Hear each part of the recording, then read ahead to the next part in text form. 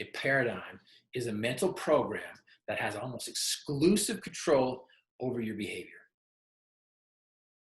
And almost all of your behavior is habitual. If George Bernard Shaw is accurate, he says that 2% of the population think, 3% of the population think they think, and 95% of the population would rather die than think. So what are you, part of the 98, or are you part of the 2%? Let's illustrate. Do me a favor. Clasp your fingers like this. I want you to take a look at it where it's comfortable, I want you to look down, and those people who have their left thumb on top of their right hand, like me, raise your hand. Or put in the comments, say, yes, absolutely. If so, you guys are normal. Not because you're normal because that's what normal people do, because you're normal because that's what I do. And if you remember, we base other people's possibilities on our limitations. We base what other people can do on what we can do. We reject what we don't understand, and we base our possibilities on what we know. So, do me a favor. Everyone else who has their right thumb on top of their left hand, you guys are unique. You're actually just amazing, right? So instead of just changing the thumbs and leaving the fingers, I want you to interlock, and I want you to let go, and I want you to interlock them the opposite way. What's the first word that comes to your mind? Write that in, type that in. Do whatever you need to do, right? I like to hear some of the words. I've heard icky, I'm like, ooh, uncomfortable, yucky, whatever it might be.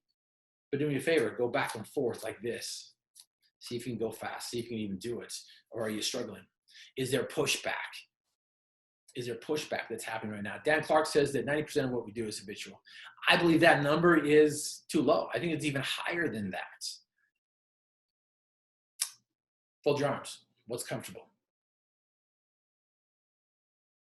Who has their left arm on top of their right arm? If so, you're normal because that's what I do. If not, again, you're unique. It doesn't matter, but do me a favor.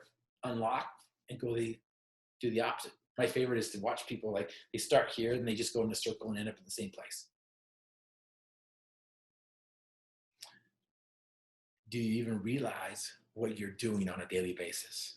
This morning when you got up, did you put your pants on with your right leg first, your left leg first, or both? Who taught you how to do that? When you tie your shoes, do you tie your shoes with 2 bows, or do you do it with 1? Or some of you are like, I haven't even learned yet, I'm not going to do that. When you drive, do you even remember going through those traffic lights because of what you've done?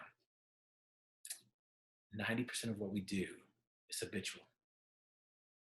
And our paradigm is found in our subconscious mind, where it can't reject, it must accept. Confirmation bias. We all have confirmation bias. That is what was developed. That was what was programmed. We were getting these triggers, and we were getting all these things as we were developing and growing from the age of 5 to 8. So whenever you go to a psychologist, where do they always bring it back to? They blame your parents. Absolutely. Like, hey, let's just blame your parents. Just blame your parents. Guess what? Stop blaming your parents. They did the best they could. And there's a way for you to figure this out now. You have the ability to achieve your dreams and desires. Don't blame it on your parents. Don't blame it on nature. Don't blame it on nurture. Don't blame it on the surroundings. Take some accountability. Live above the line, not below the line of shame, blame, and justification. Open the floodgates of imagination and think new thoughts.